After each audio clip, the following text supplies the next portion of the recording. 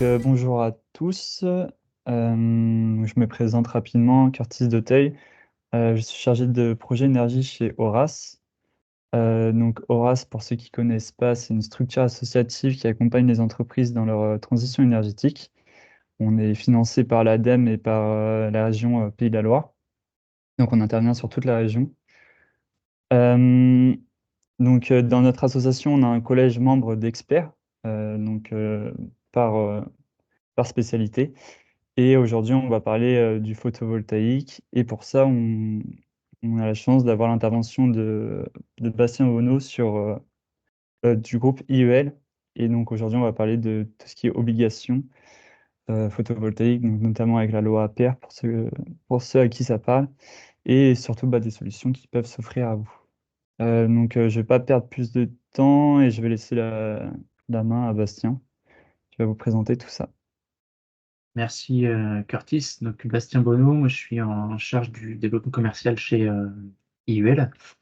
Euh, donc on va effectivement balayer là ce matin donc le contexte réglementaire avec la loi énergie-climat, climat résilience, la loi APR, les obligations qui incombent aux maîtres d'ouvrage industriels, tertiaires, collectivités et les solutions qui se proposent à vous, qu'on propose nous en tant qu'installateur. IUL. Donc, pour présenter la société, on est installateur, mainteneur et producteur d'énergie renouvelable dans le Grand Ouest. On est une société qui est totalement indépendante, hein. Les actionnaires qui ont monté la boîte en 2004 sont toujours là. On représente 90 salariés, 35 millions d'euros de chiffre d'affaires et on est aujourd'hui en puissance installée environ 250 mégawatts d'éolien et de solaire dans le Grand Ouest. On a trois métiers. Un métier où on s'occupe de faire du développement et de la production. Donc là, on va déployer des champs éoliens, des champs solaires sur des zones qui font plusieurs hectares. On a une centrale, par exemple, là, en train de faire une centrale au Mans de 25 hectares. On en a sorti une en dessous de Rennes, pareil, d'une trentaine d'hectares. Donc ça, c'est des centrales éoliennes et solaires qu'on garde pour nous. Et donc, on vend l'énergie qu'on produit, soit à l'État, soit à des tiers. Ça, c'est la première activité. Et deuxième activité, donc l'activité d'installation photovoltaïque, où là, on va accompagner donc, des maîtres d'ouvrage industriels, tertiaires, des agriculteurs à solariser leur foncier, leur parking ou leur toiture sur des surfaces entre 1000 et 20 000 mètres carrés. Voilà, on est déployé dans tout le Grand Ouest, on a trois agences. On tourne autour de 3 heures autour de Nantes, zone de chalandise, pour donner une idée. Et donc, on fait des toitures industrielles, des petites toitures au sol. On a fait à Beaucouzé un adhérent race d'ailleurs, et des ombrières de parking. Voilà. Donc, je voulais commencer déjà cette matinée par rappeler le contexte économique et ce que vous payez, vous, en tant qu'industriel sur votre facture. Alors, votre facture, elle est composée à entre 85 et 95% de parts variables liées à votre consommation d'énergie, au kilowattheure que vous consommez, et entre 5 et 15% sur une part fixe qui va concerner l'abonnement et certaines taxes. Dans la part variable, on va retrouver trois grands titres. La fourniture, donc ça c'est ce que va vous vendre votre fournisseur, hein, les Engie, Total, EDF, en fonction de ce que vous consommez l'hiver, l'été, en heure pleine, en heure creuse, les différents chaînes possibles. Et ça, du coup, c'est ce que vous négociez, vous, avec votre fournisseur d'énergie sur des contrats de 1, 2, 3 ans. Donc là, on va le voir après, mais 2022-2023, c'était les périodes où cette fourniture était extrêmement haute, hein, anormalement haute. Vous avez une deuxième partie qui concerne l'acheminement de l'électricité. Donc ça, c'est quelque chose qui est prélevé par Enedis. C'est une taxe qui est fixée tous les 4 ans par le Comité de régulation de l'énergie, qui est un organisme d'État. Aujourd'hui, l'acheminement, vous payez en hiver environ 5 centimes 70 kWh et en été environ 2,30. Et vous avez du coup une troisième taxe qui est l'accise, qu'on appelait avant la TICFE ou la CSPE, qui sert à financer la transition énergétique dans l'Hexagone et également des dispositifs sur les solidarités sur l'énergie. par exemple le déploiement dans l'outre-mer ou autre. Cette assise, elle est fixée aussi par le gouvernement sur proposition de la CRE.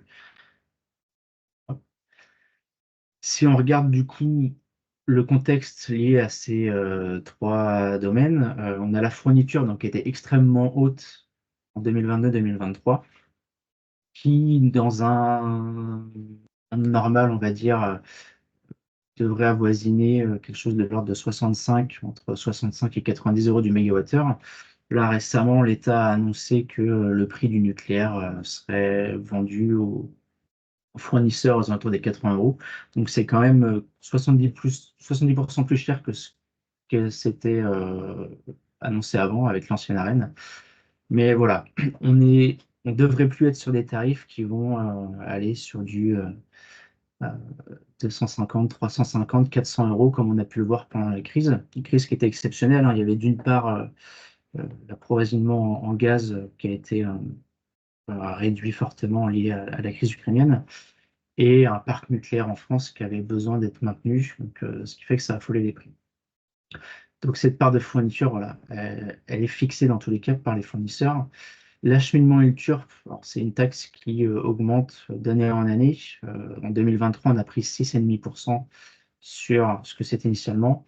Donc aujourd'hui, voilà, l'hiver, on paye environ 5 centimes 63 du kilowattheure pour un client qui est branché en tarif jaune, donc typiquement une PME, entre 36 et 250 kVA.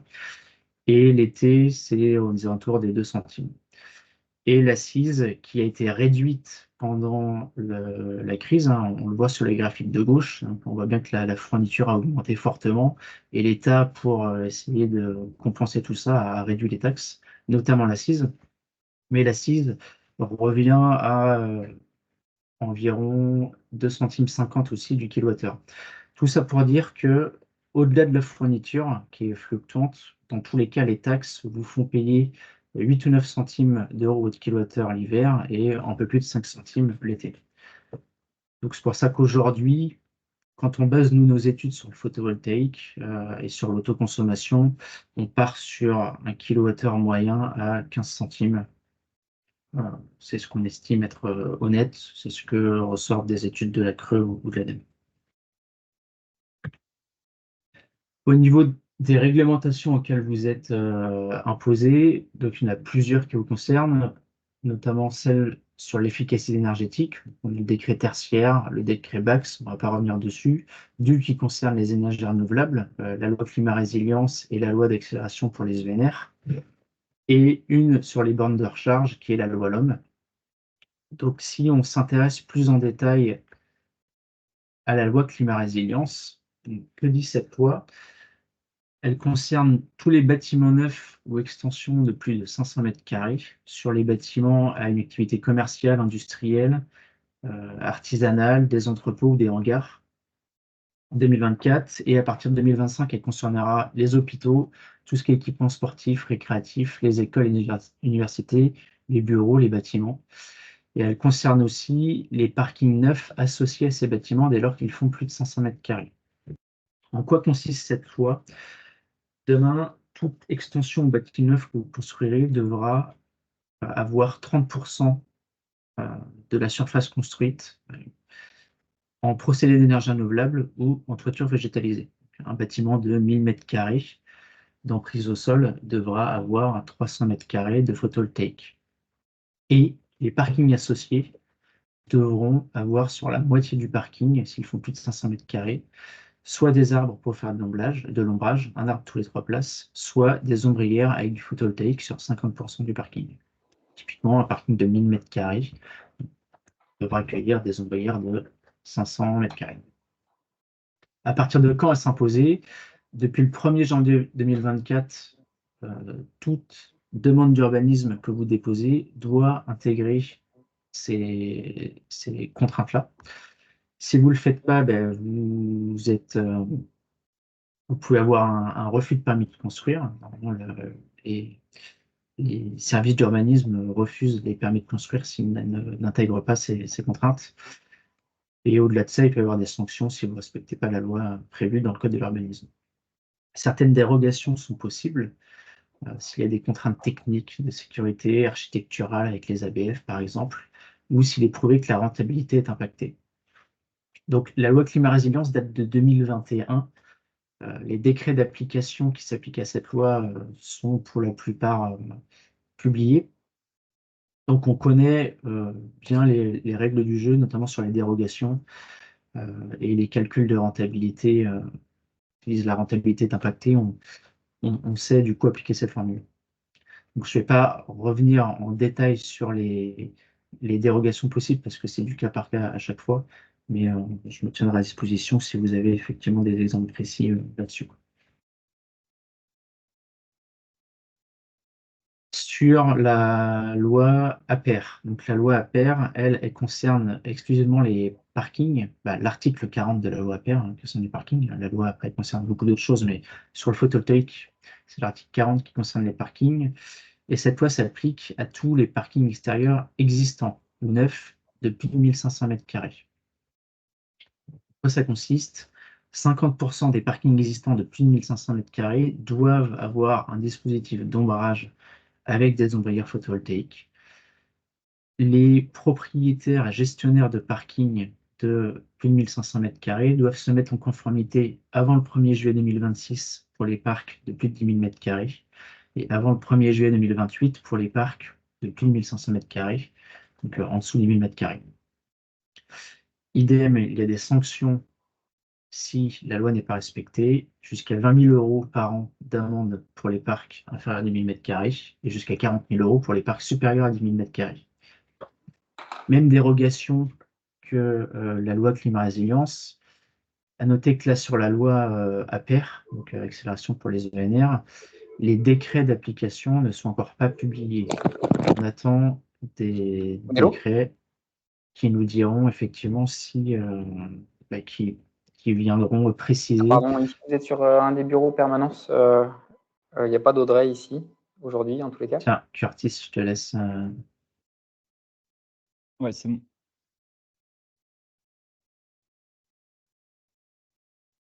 Ah, ça a coupé ton micro, Bastien. On Ouais, c'est bon. utilise, voilà, on utilise aujourd'hui les décrets d'application de la loi climat résilience pour voir comment appliquer la loi APER.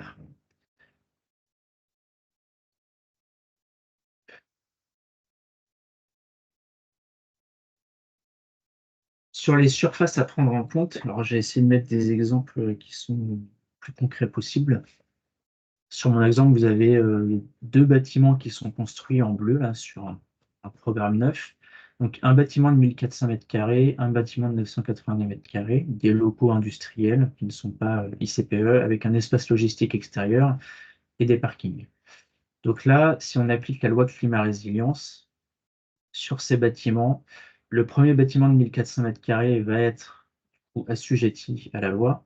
Le deuxième, qui fait moins de 1000 mètres carrés, va l'être aussi, parce qu'il fait plus de 500 mètres carrés. Donc les 2 bâtiments vont être assujettis à la loi. Comment on calcule la surface nécessaire au calcul de l'emprise photovoltaïque? Eh bien, tout simplement, on prend toute l'emprise au sol du bâtiment. Il n'y a pas de soustraction des lanterneaux ou des accrotaires ou des éléments techniques, c'est vraiment l'emprise au sol du bâtiment. Donc là, j'ai fait une coquille dans la présentation, mais donc j'ai 1400 mètres carrés plus 1000 mètres carrés, donc on devra prendre 30% de 2400 mètres carrés. Donc là, la centrale photovoltaïque associée ou la végétalisation devra faire 720 mètres carrés sur les bâtiments ou sur les parkings associés. En revanche, le parking, lui, fait moins de 500 mètres carrés. On a 300 mètres carrés, 90 mètres carrés. Donc, pas d'obligation à faire des ombrières. On peut toutefois en faire pour répondre à la loi aux 700 mètres carrés. Bon, là, on n'a pas assez de place sur le terrain pour les mettre. Sur l'espace logistique, il n'y a pas d'imposition. Ce n'est pas considéré comme du parking. Sur la loi APR, donc sur des parkings, j'ai pris un exemple d'un parking existant. Donc là, on a 2 bâtiments existants avec des espaces de circulation en bleu, des espaces de stationnement en jaune et des espaces de logistique et espaces arborés en vert. Donc, la surface à prendre en compte pour les parkings, ça va être le cumul des surfaces de circulation et des surfaces de stationnement. On doit tout prendre en compte, sauf les espaces verts et les espaces logistiques.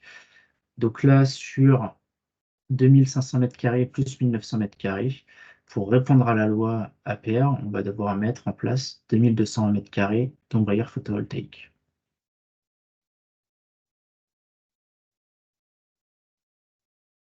Je ne sais pas si on peut prendre peut-être une première salve de questions, s'il y en a, Curtis, sur les deux lois climat résilience et Ouais, APR. il y en a deux du coup, de Jérémy Pron de chez Briand.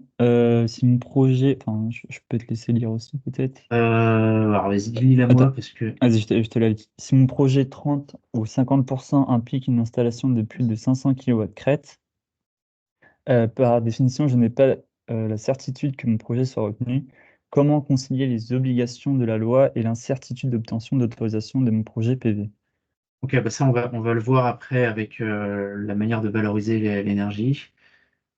Ok. Et j'ai une seconde question. Est-ce que les établissements médico-sociaux sont assujettis à cette réglementation ou c'est juste les hôpitaux?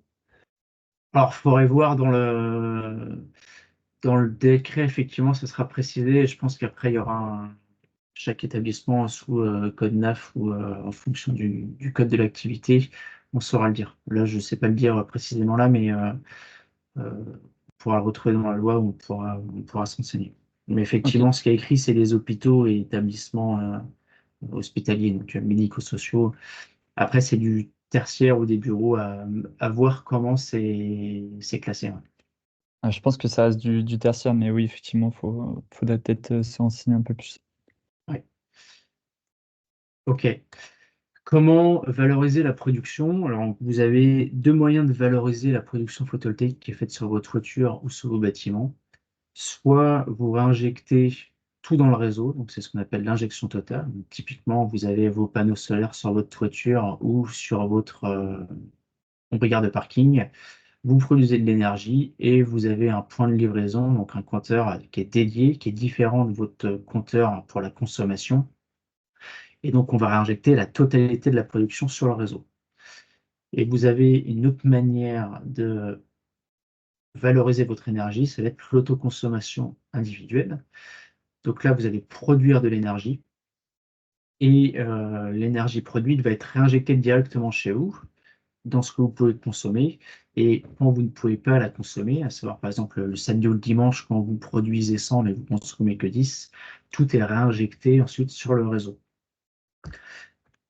Quand cette énergie est réinjectée sur le réseau, effectivement, quand on est en dessous 500 kW crête, donc ce qui représente environ 2300 m² de panneaux photovoltaïques, l'État est obligé de vous racheter l'énergie que vous produisez, que ce soit en vente en surplus sur de l'autoconsommation ou en vente totale. Dans tous les cas, l'État doit vous racheter l'énergie à un tarif qui est fixé et ce tarif est fixé pendant 20 ans. Donc là, vous déposez un projet auprès d'EDF Obligation d'achat et Enedis. Si le projet, du coup, est complet, hein, il y a certains documents à respecter quand même pour déposer le dossier, bah, vous aurez un contrat avec l'État sur 20 ans qui vous dira, ben, on vous rachète chaque kilowattheure produit à tel prix. Aujourd'hui, le prix du kilowattheure produit est de l'ordre de 11 centimes 4, qui correspond à 114 € du mégawattheure. Donc chaque kilowattheure injecté voilà, vous rapporte 11 centimes 4. Les contrats sont de 20 ans et voilà. Ensuite, ils ne sont pas renouvelables, mais il y aura d'autres moyens de valoriser l'énergie dans 20 ans. On pourra revendre, par exemple, un fournisseur d'énergie en direct ou autre. Quand la centrale fait plus de 500 kW crête, effectivement, là, il n'y a pas d'obligation euh, de la part de l'État d'acheter l'énergie produite. En revanche, l'État, du coup, lance des appels d'offres en disant, ben, nous, aujourd'hui, on peut financer tant de projets photovoltaïques de plus de 500 kW crête. Donc là, ils vont rémunérer les mieux-disants. Quand on est en autoconsommation individuelle, il n'y a pas de valorisation du surplus qui est faite, mais l'État donne une prime pendant 10 ans sur l'énergie autoconsommée et sur de la vente totale. Donc là, on dépose des dossiers en disant, bah, voilà, on a une centrale de 1 mégawatt crête, on vous propose de vous vendre cette énergie à tant d'euros du mégawattheure. Ensuite, l'État, via la CRE, donc la Commission de régulation de l'énergie, décide si le dossier est validé ou pas. Donc effectivement, ça pose problème vis-à-vis de l'obligation réglementaire qui nous dit d'imposer à mettre du photovoltaïque en toiture, sachant que derrière, on est soumis à des appels d'offres en fait sur des puissances au-delà de 1300 mètres carrés de panneaux. Donc, en tout cas, il faut les prévoir sur les bâtiments. Après, il faut voir avec les installateurs quelles sont les, les, quelle réglementation appliquer. On peut soit saucissonner des projets en tranches de 500 kg, soit effectivement aller chercher de l'appel d'offres sur des projets supérieurs à ça. Il n'y a pas forcément de réponse aujourd'hui sur qu'est-ce qui se passe si on n'est pas éligible ou si on n'est pas élu à l'appel d'offres. C'est des questions qu'on a en suspens et qu'on travaille avec les syndicats auxquels on fait partie, des gens comme Enerplan ou Atlansol. Une autre façon de valoriser son énergie, c'est l'autoconsommation collective. Aujourd'hui, ce qu'il est possible de faire en France, c'est que n'importe quel producteur photovoltaïque peut revendre de l'énergie à ses voisins. Donc, ses voisins, ça va être des gens qui sont dans un rayon entre 1 à 10 km autour de l'opération d'autoconsommation collective. Comment ça se passe? Vous êtes branché via les deux mécanismes qu'on a vus précédemment, donc soit en autoconsommation individuelle, soit en vente totale. Et tous les électrons, tous les kilowattheures qui sortent du coup, de votre point de livraison vont être sur le réseau, donc rachetés en obligation d'achat par l'État. Mais vous avez la possibilité de dire, moi, plutôt que de revendre à 11 centimes 40 à EDF obligation d'achat, je vais revendre cet électron, ce kilowattheure, à mon voisin qui lui en a besoin. Par exemple, si vous produisez, vos voisins lui consomment et il paye son électricité 25 centimes d'euros du kilowattheure, vous pouvez lui dire, si vous voulez, moi je vais vous revendre cette électricité que je réinjecte sur le réseau à 15, 20, 22 centimes. Et comme ça, tout le monde est gagnant. Le producteur, parce qu'il revend plus cher que s'il revendait à l'État, et le consommateur, parce qu'il achète moins cher que s'il achetait à son fournisseur classique. Alors forcément, on est limité à la production et à la consommation des sites, et c'est en temps réel. C'est-à-dire que vous n'allez pas pouvoir vendre de l'énergie solaire à quelqu'un qui consomme la nuit. Vous pourrez vendre de l'énergie que quand le consommateur consomme de l'énergie. Comment ça se passe? Faites-vous en tant que fournisseur de producteur, donc vous allez réinjecter une production sur le réseau, et Enedis, qui est le gestionnaire de réseau, va relever les index toutes les 30 minutes et tous les mois renvoyer ces index aux producteurs, aux consommateurs et aux fournisseurs. Comme ça, le consommateur va recevoir, lui, une facture de son fournisseur classique, Engie, Total et compagnie, et une facture de son producteur en autoconsommation collective.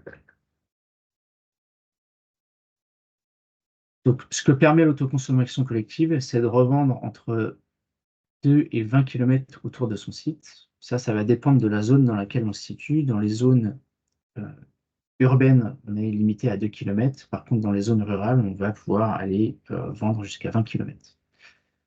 La puissance de l'opération d'autoconsommation collective est limitée à 3 MW. Ça commence à faire des centrales conséquentes quand même. Le nombre de protagonistes est limité. Il faut à minima forcément un producteur et un consommateur, mais on peut avoir 10, 15, 20 producteurs du moment qu'on ne dépasse pas les 3 mégas. Et puis, pareil, un nombre illimité de consommateurs. C'est des solutions qui sont ultra flexibles dans le sens où, par exemple, vous êtes consommateur et vous dites au producteur, aujourd'hui, effectivement, je paye 25 centimes d'euros mon kilowattheure, donc ça m'intéresse d'avoir une énergie à 15 centimes. Par contre, demain, si je renégocie mon contrat avec mon fournisseur et que mon fournisseur me vend l'énergie à 10 centimes, ça ne m'intéresse plus d'avoir une énergie photovoltaïque à 15 centimes.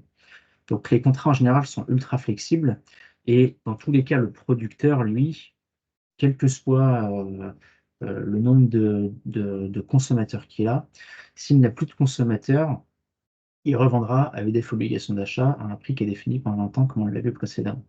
Donc, c'est flexible pour tout le monde. Et la gestion est simplifiée dans le sens où aujourd'hui, il y a des prestataires qui existent pour gérer toutes ces relations entre le fournisseur d'énergie, le producteur, les consommateurs et Enedis.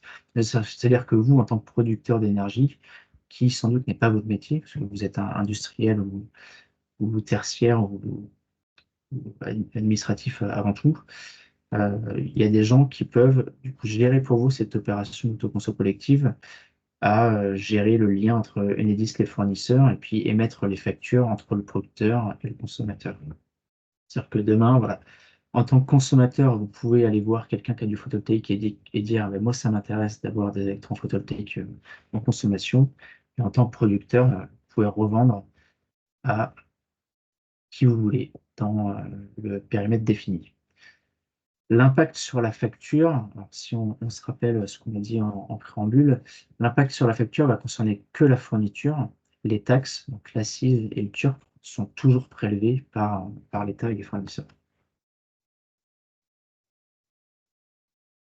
Comment on peut intégrer le photovoltaïque?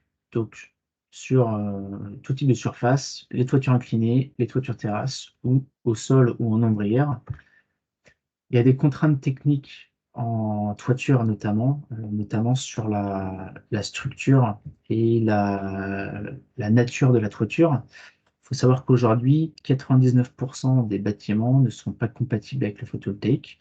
Pourquoi? Beh, parce que les structures, en acier ou en bois ou en béton, sont pas forcément aptes à recevoir, le surpoids du photovoltaïque, et c'est surtout les toitures, par exemple les toitures, étanches, qui ne sont pas, compatibles avec les systèmes d'intégration qu'on va mettre pour, supporter les panneaux photovoltaïques.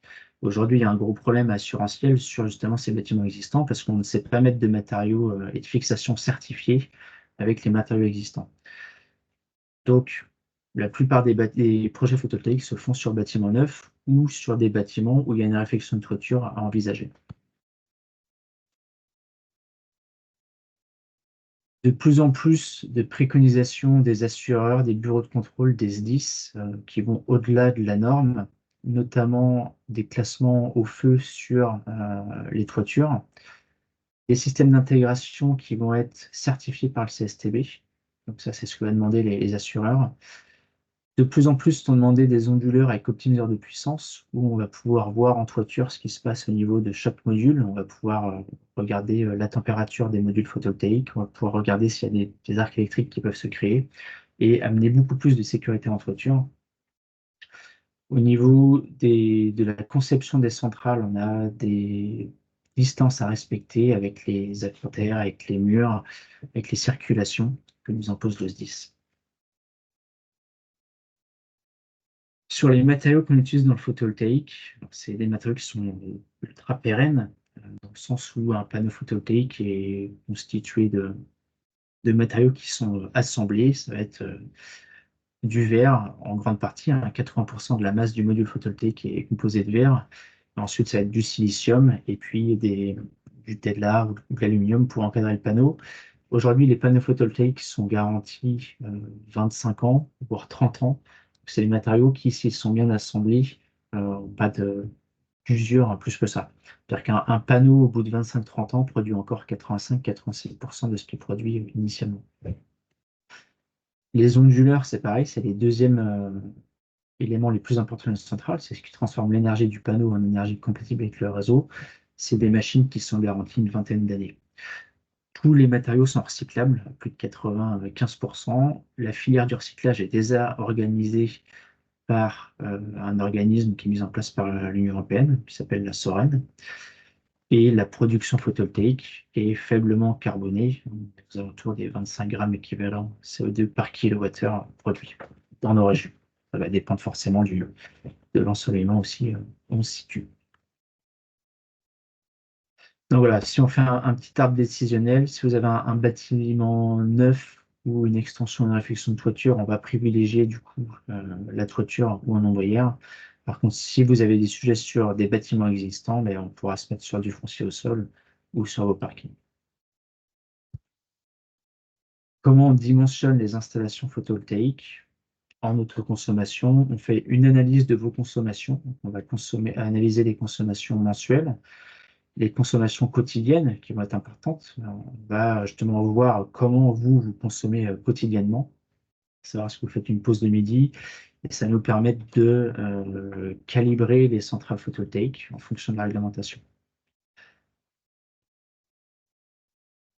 On vous sortira toujours un bilan de production pour vous montrer le taux d'autoconsommation et le taux d'autoproduction, donc savoir l'effacement sur la facture, avec des synthèses sur le bilan annuel et le chiffre d'affaires associé à la centrale ou l'économie générée par l'autoconsommation.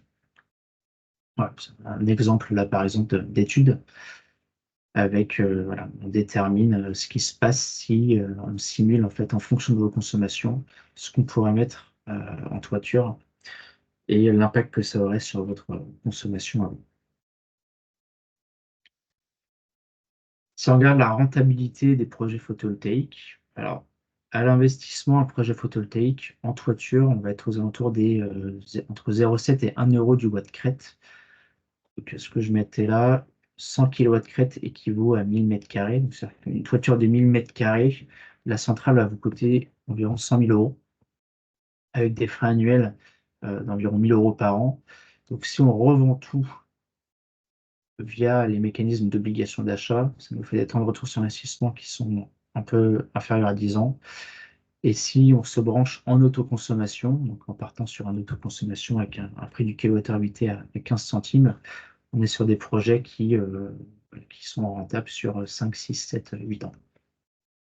En ombrière, les projets sont un peu plus chers, à savoir alors pour un projet de 100 kW crête, ça correspond à 40 places de parking. On va être plus sur des projets à 150, 170 000 euros. Pourquoi c'est plus cher qu'en toiture? Parce que là, j'ai toutes les structures, hein, toutes les fondations, tout le béton à mettre, les VRD. Donc, il y a forcément le coût de structure qui est plus cher. Donc, les projets en ombrière sont moins rentables, une quinzaine d'années ou une douzaine d'années en autoconsommation. Après, ils apportent un confort en plus pour les salariés ou les clients des bâtiments concernés.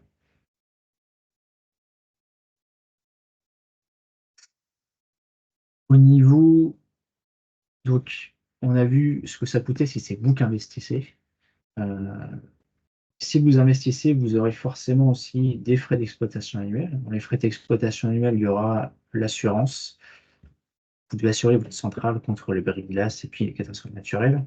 Les contrats de maintenance, le nettoyage des modules, pour nettoyer les modules contre la salissure, les fientes d'oiseaux, un encrassement avéré. Après, les modules, la plupart du temps, sont lessivés par les pluies. Là, je vois en ce moment, on a eu là, en mars-avril des épisodes de sable du Sahara. Effectivement, les modules, quand ils sont encrassés par du sable du Sahara, c'est comme vos pare-brises. Il y a une perte de production parce que le sable vient opacifier la surface. Mais sur les premières pluies saines, là en ce moment on est servi, les modules sont lessivés. Donc on va perdre peut-être 25-30% de production sur un module qui est encrassé par du sable du Sahara. Mais au bout de 2-3 semaines sur les premières pluies saines, on retrouve des productions 99-98% de ce qu'on avait avant.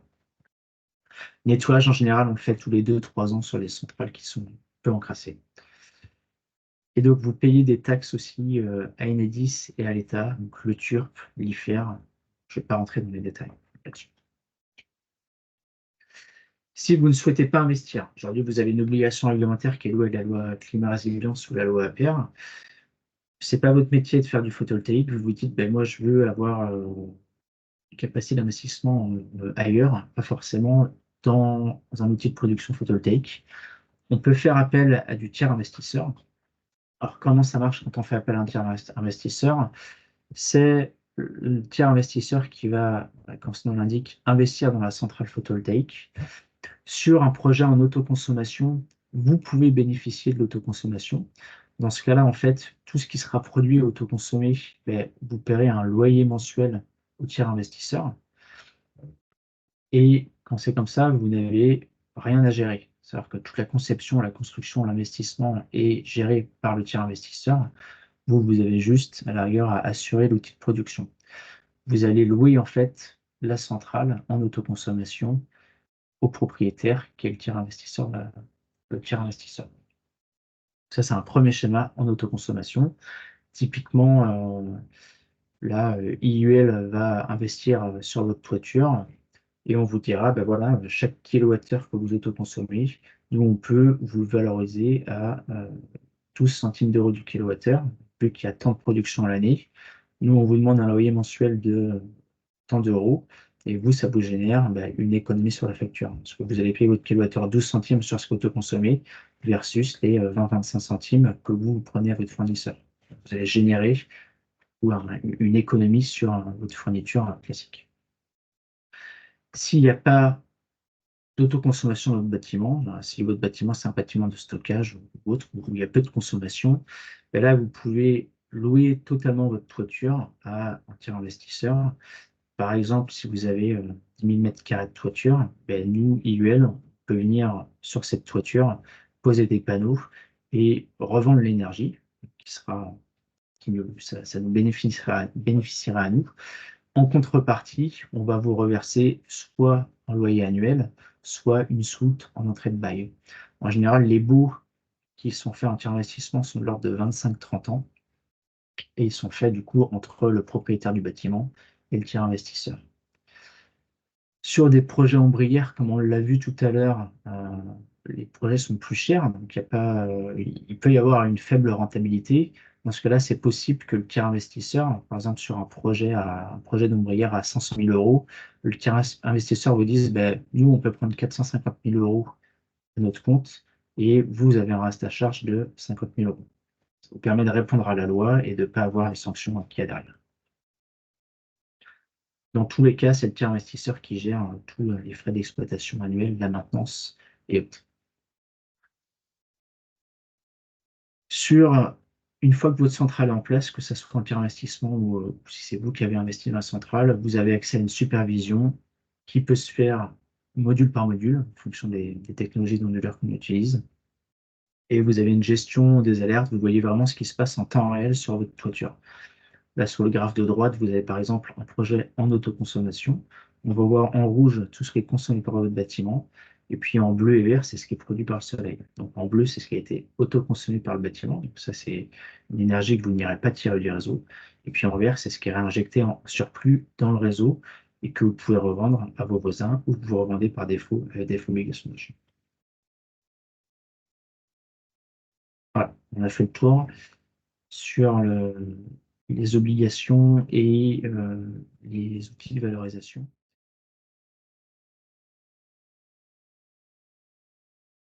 Peut-on faire une installation de 500 kW crête en autoconsommation sans aucun dispositif de soutien type AO-creux, par exemple? Alors, on peut se brancher en autoconsommation totale. Et là, du coup, il n'y a pas besoin de faire d'AO-creux. Par contre, il y aura toujours du déclaratif à faire auprès de l'Enedis. Et l'Enedis vous demandera de justifier que vous répondez bien à l'obligation de découpler les onduleurs et autres. Donc, là au creux, vous allez aller le chercher que si vous voulez un complément de rémunération ou que si vous voulez une prime sur l'autoconsommation. Mais sur un projet en autoconsommation totale, vous n'aurez pas besoin d'aller chercher un au creux. Par contre, vous ne pourrez pas réinjecter vos électrons sur le réseau.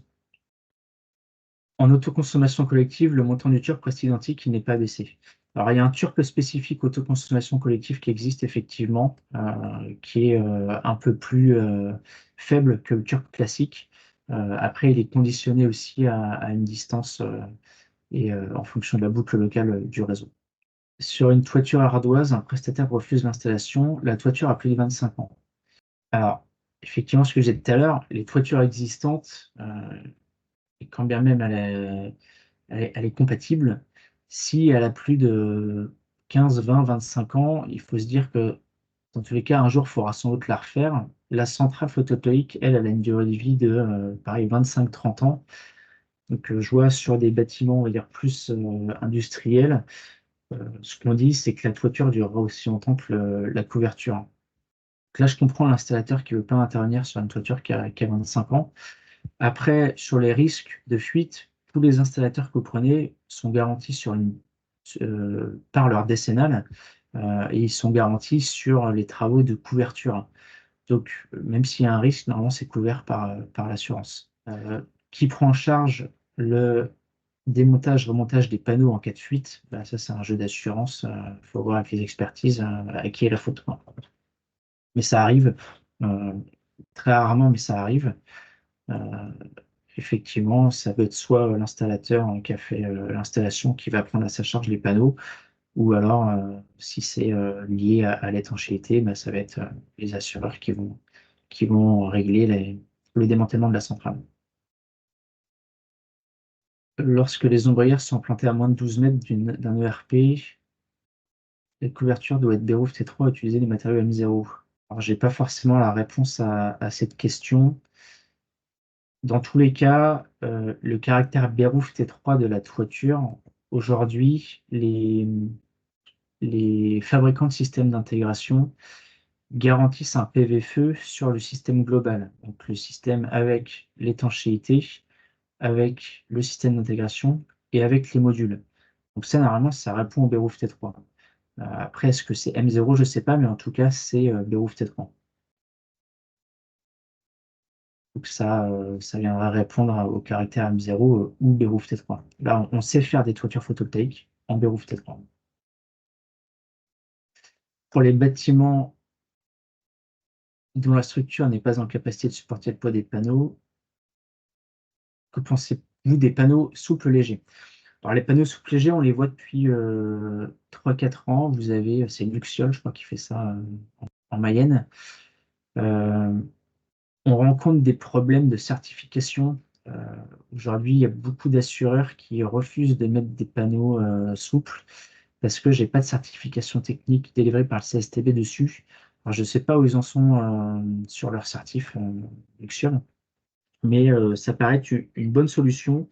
Après, on n'a pas de recul, que ce soit sur la technologie ou sur la durabilité des panneaux. C'est très récent. Donc nous, en tant qu'IUL, on n'impose pas et on n'a pas vocation à imposer. On attend qu'il y ait beaucoup plus de maturité sur la technologie. Mais on voit quelques projets. Après, je lisais un article justement de cette société qui disait qu'ils allaient plus chercher à se déployer aujourd'hui à l'étranger plutôt qu'en France parce que les contraintes réglementaires sont trop fortes. Mais, c'est effectivement un procédé révolutionnaire qu'on cherche tous à pouvoir mettre en place, sachant que dans la loi APER ou Climat Résilience, il y a une obligation de solariser les bâtiments existants d'ici 2028. Donc, on se demande tous comment on va pouvoir faire, mais il faudra trouver effectivement des solutions ou assouplir les réglementations. Oui, Stéphane. j'avais une question sur les effets de pose de panneaux photovoltaïques sur les températures intérieures des bâtiments. Je m'explique. Aujourd'hui, on a une problématique sur des bâtiments qui sont en double pot, mais qui ne sont pas assez isolés. On a des problématiques de chaleur qui nous font des dysfonctionnements de la machine. On se demandait, en mettant des panneaux solaires, évidemment, ça porte de l'ombre sur la toiture du bâtiment. Oui.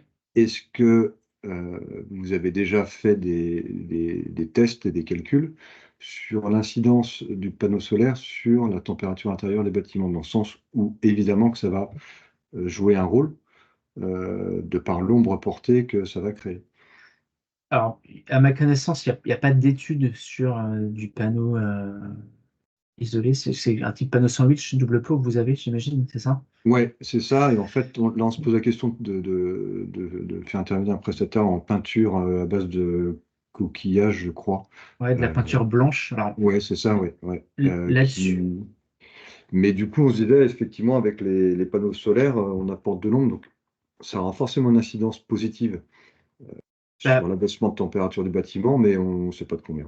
ouais, alors, à ma connaissance, il y a pas je connais pas d'étude qui a fait les tests pour voir ce que ça donnait. Effectivement, il y a des études sur l'impact d'une toiture blanche ou avec des procédés, là, je sais plus comment ça s'appelle, mais effectivement sur le confort que ça porte d'avoir une toiture blanche au-dessus. Ce qui est sûr, c'est que entre le panneau et la toiture, il y aura une lame d'air, donc ça va apporter de l'isolation en plus. Après, dans quelle quantité, je ne sais pas me D'accord, prononcer. ok. Mais ça, oui, ça a forcément une incidence, de toute façon. Oui, Oui, on c'est pareil. apporte une isolation. Vous avez entre 3 et 6 centimètres entre votre panneau sandwich et puis les panneaux. Donc il y a de l'air qui circulera en dessous et le soleil ne tapera pas directement sur le bac acier, quoi. D'accord. Bon, apparemment, je viens de lire que le CRMA aurait fait des études là-dessus. Je vais me renseigner. Ouais. Super. Ok. On va voir ce qu'il y a dans Merci. l'étude. Est-ce que c'est sur le gain de production lié au panneau photovoltaïque ou est-ce que Ouais. c'est sur le gain de, de confort dans le bâtiment, quoi. J'avais une autre question, puisque on est soumis, nous, aux bornes de recharge. Et j'ai cru voir qu'on pouvait lier des bornes de recharge à des panneaux aussi. Est-ce que ça vous parle ou... Alors, lier des bornes de recharge au panneau, effectivement, c'est ce qu'on imagine tous. Après, la borne de recharge, dans tous les cas, elle sera reliée soit à votre TGBT, soit Oui, à un point de livraison du réseau, en fait. ouais, Les journées comme aujourd'hui, on ne peut pas se permettre, ou quand il fait nuit, il faut que la borne de tout à fait. recharge elle puisse délivrer quelque chose, quoi. Donc, dans tous les cas, on peut coupler effectivement le solaire avec la borne de recharge. Et votre borne de recharge, en secours, il y aura toujours le réseau Oui, Enedis qui sera là, quoi. d'accord. Mais on peut... Après, ce qu'on sait faire avec les bornes de recharge, c'est optimiser, par exemple. Mais on ne sait pas le faire. On sait le faire avec les bornes de recharge, mais on sait le faire avec un process industriel aussi. À savoir que si je sais que jeudi il fait beau, je peux se dire jeudi on lancera une ligne de prod où on peut, par exemple, sur des bâtiments où j'ai du froid négatif, des frigos, du froid positif, et on peut dire au frigo de refroidir quand il y a du soleil et puis de pas refroidir quand il n'y a pas de soleil. On peut optimiser en fait après une fois qu'on a l'outil solaire en place. D'accord. Et justement, je rebondis là-dessus. Nous, on a pas mal de production en impression 3D industrielle sur des laps de temps qui peuvent aller de 24 à 72 heures, voire plus. Oui, Donc, on a beaucoup de production la nuit et on optimise la nuit pour les coûts énergétiques aussi. oui, Est-ce que, avec les panneaux solaires, vous avez des moyens de stockage d'énergie? oui. Bon, alors aujourd'hui, le stockage d'énergie sur batterie existe en solaire. D'accord? Euh, on reste en France un pays où l'énergie est l'une des moins chères d'Europe, donc le stockage sur batterie se déploie peu. Aujourd'hui, ça reste encore cher et les temps de retour sur investissement sont plutôt élevés. Je sais pas les chiffres exacts en tête, mais ça se démocratise de plus en plus parce que le coût de batterie descend et puis le coût de fourniture augmente. Donc il y a un effet ciseau qui arrive. Après, on reste sur des, des, des batteries voilà, qui sont... la techno, elle est encore Oui, à à développer. approuver. Ouais. Mais sur du court terme, oui, il y a des boîtes qui commencent à faire de la batterie, hein. Je vois sur Nantes, on a Ubi qui a commencé à faire des centrales de stockage batterie pour des bâtiments tertiaires ou autres, quoi. D'accord. Donc ça existe, il faut analyser le coût, quoi. Ça, je Ouais. pourrais vous rediriger vers des gens qui font de la batterie si vous le souhaitez, hein. D'accord. Merci beaucoup. Quelle est la tendance CAPEX et APRO des panneaux? Alors, les panneaux, ils ont fortement baissé, hein, depuis 2022. Là, alors, on l'a pas dit, mais on va dire que 90% aujourd'hui de la production mondiale de panneaux est faite en Chine. Et la Chine a une tendance à amener les panneaux avec des prix qui sont à la baisse. Euh, pour vous donner un ordre d'idée, nous, on compare le panneau en bois de crête. On achetait le panneau aux alentours des 35 centimes du bois de crête, 35 centimes d'euros du bois de crête en août 2022. Aujourd'hui, on l'achète aux alentours des 20 centimes du bois de crête. Donc il y a une forte baisse. Euh, Ça devrait stagner sur ces environs-là, pas baisser plus, et après ça peut augmenter. On est ultra dépendant de ce qui se passe en Chine.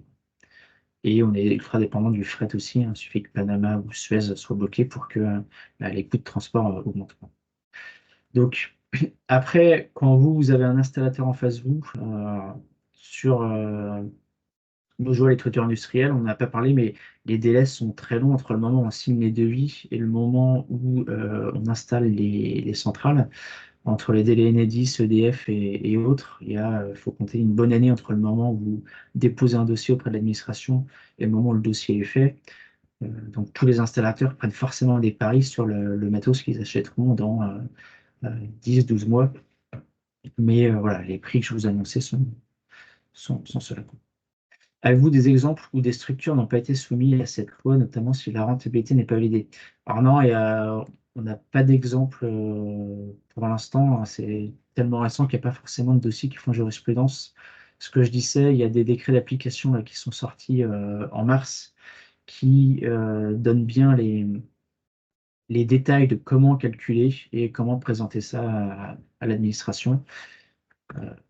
On mettra à disposition dans le replay toute la bibliographie où vous trouverez justement les guides qui ont pu être faits justement sur ces interprétations réglementaires.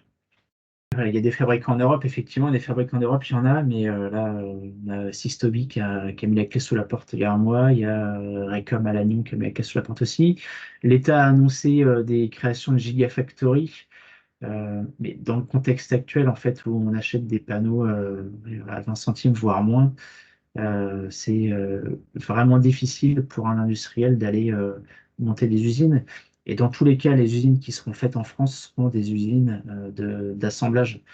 Euh, dans la méthodologie de fabrication d'un module photovoltaïque, il y a tout le traitement du silicium et la création du silicium qui aujourd'hui est faite à 97% en Chine. Aujourd'hui, on est vraiment dépendant de ce qui se passe en Occident, quoi, sur la production de panneaux. À titre d'exemple, les objectifs annuels là, que la France s'est fixé, c'est de mettre 6 gigawatts de solaire sur le territoire par an. Les usines qu'on avait en 2023 pouvaient, elles, produire par an, donc en assemblage de panneaux, 0,4 ou 5 gigawatts. Donc, on est dépendant des autres. Le tiers investissement est-il pertinent? C'est vrai que c'est une bonne question. Ah, parce que comme je disais tout à l'heure, le tiers investissement, il faut savoir que le tiers investisseur, alors, il va peut-être avoir, il va pouvoir globaliser les coûts, donc mutualiser les coûts, donc il va peut-être payer sa centrale moins cher que si c'est vous qui investissiez, mais c'est ni plus ni moins la même rentabilité. Donc le tiers investissement, il est cohérent si vous n'êtes pas en capacité d'investir ou si vous souhaitez investir ailleurs. Et nous, les prospects qui viennent nous voir en disant on veut du tiers investissement, on leur propose toujours la version où c'est eux qui investissent.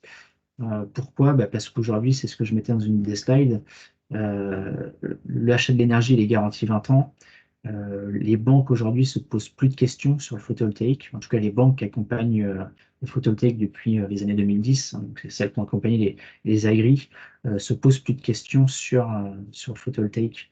Donc, c'est des produits qui sont ultra bien finançables. Euh, donc voilà, le tiers investissement, il va être cohérent si vous ne voulez pas être producteur d'énergie ou si vous considérez que ça semble trop impactant pour votre activité à vous.